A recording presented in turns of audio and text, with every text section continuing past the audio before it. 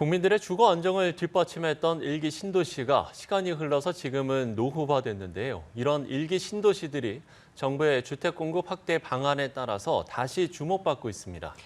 오늘 이 시간엔 일기 신도시 재건축 사업에 참여하는 경기주택도시공사의 김세용 사장을 모시고 관련 내용 자세히 들어보겠습니다.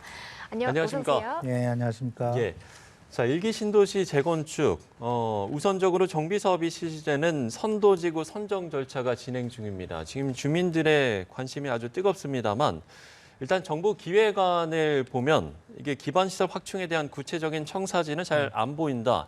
이런 좀 얘기들이 나오는 것 같습니다. 보완책이 어떤 것들이 좀 있겠습니까? 글쎄, 이제 이게 그 선도지구 지금 경쟁이 치열한데 사실 선도지구가 다가 아니죠. 이게 그 특별법으로 만든 거란 말이에요. 지금 노후계획도시 그 재정비는 그렇다면 이제 특별법에도 항상 강조하고 있는 게 미래도시로 가야 된다. 우리가 이제 지은 지 30년이 지났으니까. 근데 이제 그걸 봤을 때 좀 우려되는 거는 이제 기반 시설이 좀 약화될 수 있다. 오히려. 그래서 기반 시설은 크게 이제 두 종류로 나눌 수 있어요. 그래서 공원이나 녹지나 학교 같은 거는 우리가 흔히 재건축할 때 조합에서 공공기여로 이제 충당이 됩니다. 네네. 자, 근데 이제 문제가 되는 거는 흐름에 대한 거. 그게 이제 대표적인 게 흘러가야 되는 것들. 그러니까 상하수도라든지 교통이라든지 이런 부분은 이 조합에 따라서 이게 100% 다 같이 안 될 때는 끊어지겠죠. 그래서 이런 부분에 대해서 이게 진짜 진정한 미래 도시가 되려면 어떻게 돼야 되느냐. 뭐 제 개인적으로는 공공이 선투자하는 게 가장 바람직하다고 보는데 그런 부분에서 이제 저희도 열심히 지금 검토 중입니다. 그래서 이 노후계획도시 재건축이 제대로 성공이 되려면은 공공기업뿐만 아니라 공공의 선투자 역시 갈 수밖에 없지 않은가 이런 생각하고 있고요.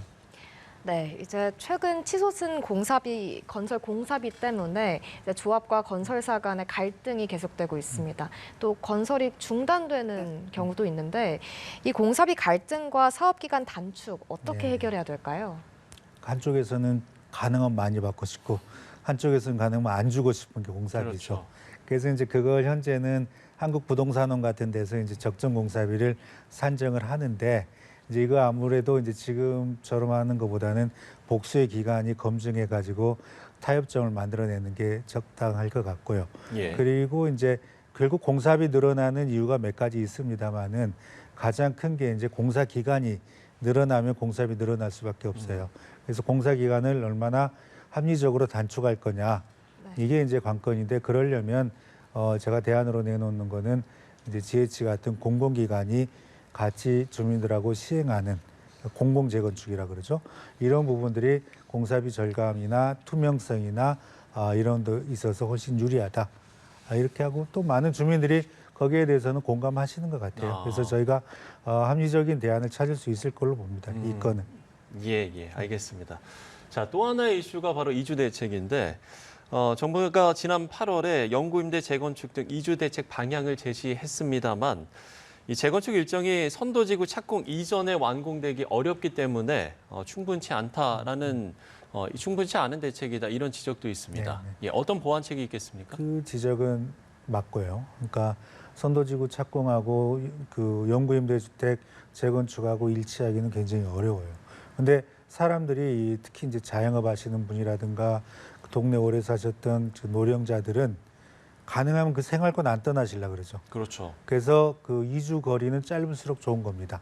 자, 그렇게 생각해 본다면은 우리가 뭐 그린벨트 해저에서 멀리 보내고 이런 거보다는 제가 이제 제안하고 있는 거는 일단은 저희도 지금 그걸 조사 중인데 국공유지를 최대한 활용하자. 그러니까 그 재건축 단지에 인접에 형성이 돼 있는 또는 도나 국가가 갖고 있는 국공유지에 일단 그쪽에 주택을 지어드리고 그다음에 순환형으로 재건축을 하는 게 첫 번째가 되고 그다음에 이제 또 생업의 지장을 안 받으려면 그 기간이 단축돼야 되겠죠. 그래서 모듈러 주택이라든가 이런 그 공기를 단축시킬 수 있는 이런 공법들을 지금 GH가 계속해서 테스트하고 있습니다. 그 준비를 하고 있는 거죠.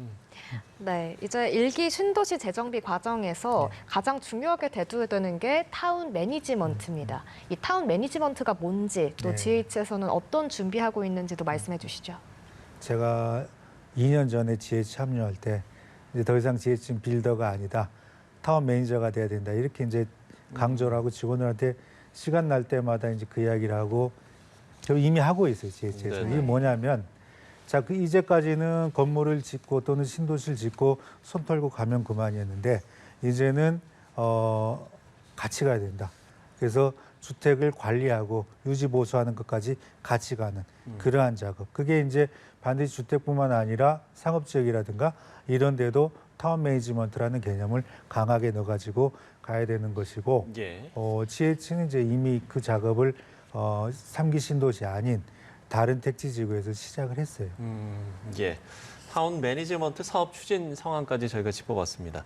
자, 다음은 3기 신도시에 관해서 여쭤보겠는데 GH도 3기 신도시 사업에 참여 중인데 일단 이 3기 신도시는 1, 2기 신도시와 주로 어떤 점이 달라지는지 또 GH만의 어떤 차별화된 전략이 있는지 이 부분도 설명을 해주신다면요. 일단은 물량 압박이 세고요. 네. 빨리 많이 지어야 되니까. 그래서 GH가 그동안 하던 스피드보다는 훨씬 빠르게 지금 가고 있고 그리고 이제 GH만의 특징이라고 하면은 네. 한 3가지 정도 제가 압축할 수 있겠는데 첫 번째가 탄소 저감 도시, 즉 넷제로를 지향합니다. 그래서 이번 3기 신도시에서는 탄소 발생량을 최대한 억제하는 네. 그리고 그걸 주민들이 입주해서 사시는 동안에도 탄소가 어떻게 하면 줄일 수 있을까라는 것들을 저희가 지금 내놓고 있고요. 그다음 두 번째는 성량갑 아파트 이제 더 이상 없다. 그래서 지금 이미 현상 공모에서 그렇게 추진을 하고 있는데 이제까지 이제 보셨던 아파트, 사셨던 아파트는 하나의 동이 있으면 거의 그걸 카피해서 썼어요. 네, 네. 그죠? 그러니까 저녁에 술 취해서 자기 집 못 찾아가는 분도 계시고 예. 같으니까 모양이. 근데 이제 그렇게 안 합니다. 그래서 아. 각 동별로 다른 디자이너가 디자인하게 하는 그런 방법을 이미 시도를 해서 비교적 반응이 괜찮은 것 같으니까 3기 신도시도 이제 그대로 가고 있고요. 그다음 세 번째는 아까 잠깐 말씀드린 모듈러 주택 같은 거 이제 그거는 OSC라고 그러는데 오프사이드 컨스트럭션이라고 그러죠. 공장에서 상당 부분을 만들어 오죠. 네, 네. 그리고 현장에서 조립하는. 그래서 공기도 단축하고 소위 말하는 하자나 이런 것도 이 저감시키는 그 3가지가 GH가 추구하는 가장 큰 특징이에요. 네, 앞서서 물량에 대해서 말씀을 해주셨는데 사실 요즘 주민들의 가장 큰 걱정이 주택 공급 부족에 대한 걱정입니다. 3기 신도시 주택 공급 계획과 또 신속한 공급을 위한 제도적 보완 상황에 대해서 말씀해 주시죠. GH가 이제 지난 30여 년 동안 공급한 게 한 3만 호쯤 돼요. 그러니까 주택보다는 산업단지나 그 택지 개발을 많이 했던 회사인데 3년 동안 3만 호로 합니다, 지금. 네. 1년에 10,000호씩. 그게 좀 더 늘어날지도 모르겠어요. 그래서 저희가 가동할 수 있는 인력을 최대한 늘려서 공급에 박차를 기하고 있고요. 또 정부한테 건의하고 있는 게 이런 사업을 좀 대폭 확대할 수 있게 저희가 채권 발행이나 한도 그런 게 있는데 예, 그런 예. 부분을 좀 더 유연하게 해달라 이 건의를 계속 드리고 있어요. 예. 신도시 사업을 이야기하면서 원주민의 희생을 이야기 안 할 수가 없을 것 같은데 지금 사업 시행자가 주민 생계조합을 지원할 수 있도록 하는 법제도가 마련이 됐습니다만 이게 이제 법 그 시행 초창기다 보니까 여러 좀 부작용을 낳고 있는 것 같습니다. 글쎄요, GH는 이를 좀 잘 해결했다고 하던데 어떤 내용인지 이 부분을 소개를 해주신다면요. 최근에 이제 모범 사례에서 많이 회자가 돼 있는데 네. 그 주민들의 생계를 위해서 주민들이 이제 여러 가지 작업에 참여할 수 있게 돼 있어요. 자, 그런데 이제 저희가 이제 그걸 전문가 관점에서 보면은 주민들한테 위험한 작업들이 좀 있어요. 예를 들어 철거 작업이라든지 네, 예, 예. 뭐 이런 부분들은 주민들한테 드리지 않는 걸 원칙으로 하고 있습니다.